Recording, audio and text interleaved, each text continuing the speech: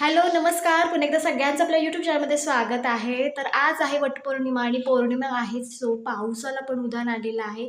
मुसळधार पाऊस पडत आहे आणि सकाळी खूप म्हणजे खूप पाऊस पडला. सो मी आत्ता व्हिडिओ स्टार्ट केला. मी व्हिडिओ बनवलेत बघा, शूट केले आहे मी. सो खूप म्हणजे खूप पाऊस पडला. म्हणजे तसं बघायला गेलं एक अर्धा 1 तासच पाऊस पडला, पण खूप म्हणजे खूप मुसळधार असा पाऊस पडलेला आहे. आणि आज पौर्णिमा असल्याकारणाने पावसाला थोडं उधाण आहे. असं म्हणतात की पौर्णिमा वगैरे असली ना की पाऊस थोडा असतो जास्ती. तर आता तरी थांबलेला आहे.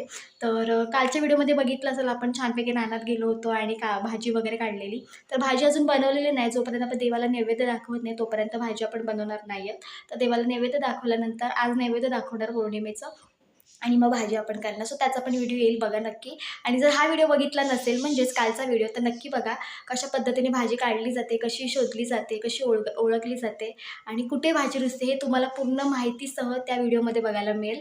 तर आज पाऊस खूप होता आणि बघा मी व्हिडिओ केलासुद्धा आहे आणि आता तरी शांत झालेला आहे, म्हणजे आता तरी पाऊस थांबलेला आहे. सो संध्याकाळी पडेलसुद्धा. तर व्हिडिओ आवडला तर लाईक करा, शेअर करा, चॅनलला सबस्क्राईब करा आणि ही चांगली गुड न्यूज आहे कारण की आपल्या शेतीसाठी पाणी हवं आहे. तर आता आता हा तर महिना झालाच आहे, पण आता त्याचा पुढच्या महिन्यामध्ये लावणीला सुरुवात होईल कारण की यावेळी खूप लेट झाली लावणी. पण तसं बघायला गेलं जर पाऊस जर पहिल्यापासूनच कंटिन्यू असताना तर आत्ता वगैरे लावणी चालू होते आमच्याकडे एंडिंगला वगैरे. पण अजून रोपं पाहिजे तशी चालत नाहीत आणि मेन म्हणजे शेतामध्ये पाणी नाही याच्या कारणाने. तर बघूया अजून तरी असंच जर पाऊस पडत राहिला ना तर लवकरात लवकर लावणीला पण चालू होईल. तर ते पण व्हिडिओ येतील, पण त्यासाठी तुम्हाला काय करायला लागेल चॅनलला सबस्क्राईब करा. तर चला बघा एकदम किती सारा पाऊस पडला.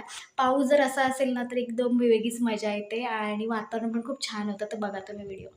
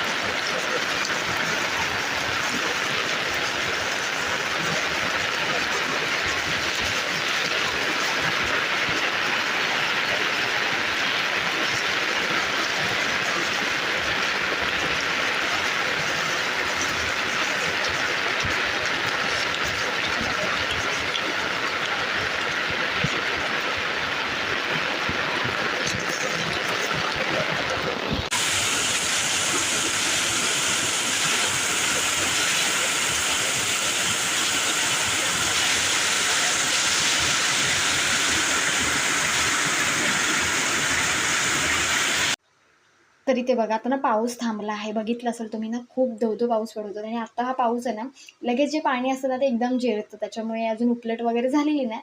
कंटिन्यू पाऊस पडला ना, 1-1, 2-2 दिवस कंटिन्यूसुद्धा पाऊस पडतो, तेव्हा कुठे उपलट होते आणि पाणी राहतं.